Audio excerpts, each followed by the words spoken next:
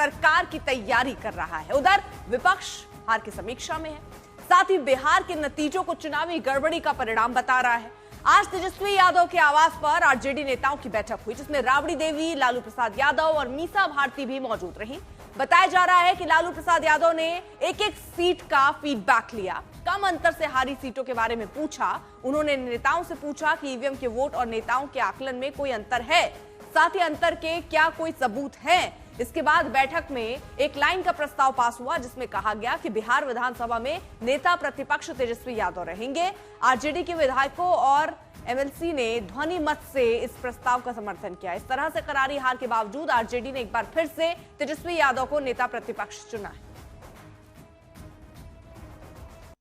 बैठक हुई नवनिर्वाचित विधायकों की, और इसमें जो एमएलसी हैं वो भी रहे, जो कैंडिडेट बहुत सारे थे वो भी रहे, और राष्ट्रीय अध्यक्ष और पूर्व मुख्यमंत्री श्रीमती राबड़ी देवी भी रही। इसमें एक लाइन का प्रस्ताव आया कि विधायक दल का नेता तेजस्वी प्रसाद यादव जी को सर्वसम्मति से चुना जाए।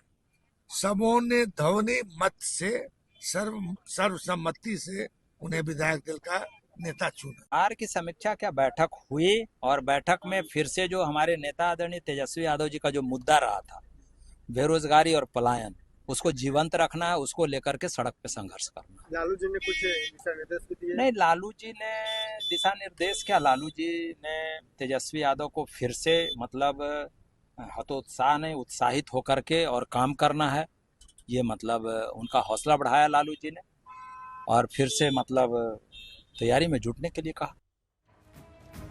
विपक्ष बिहार में मिली करारी हार की समीक्षा कर रहा है। कांग्रेस पहले ही वोट चोरी और गड़बड़ी का आरोप लगा चुकी है। वहीं मुकेश सहनी कह रहे हैं कि 10,000 में बिहार सरकार मिलती है।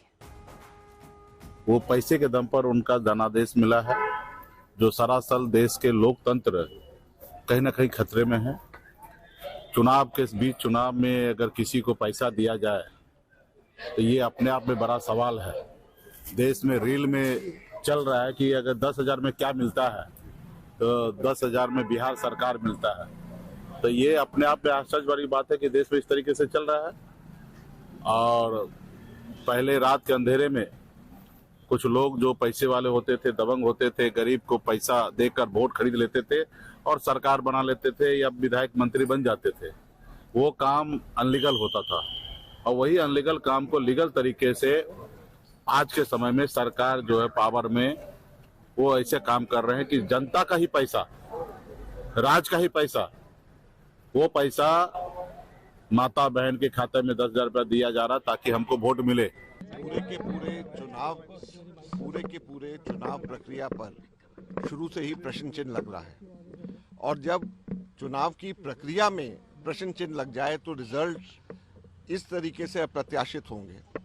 कभी भी किसी भी समय के ऊपर इतना स्ट्राइक रेट 1984 के अंदर भी कांग्रेस का ये स्ट्राइक रेट नहीं था, जो कि इस वक्त बिहार के अंदर बीजेपी का स्ट्राइक रेट 90% से भी ऊपर स्ट्राइक रेट, ये किसी को भी उम्मीद नहीं थी, और इसमें दाल में काला नजर आता है।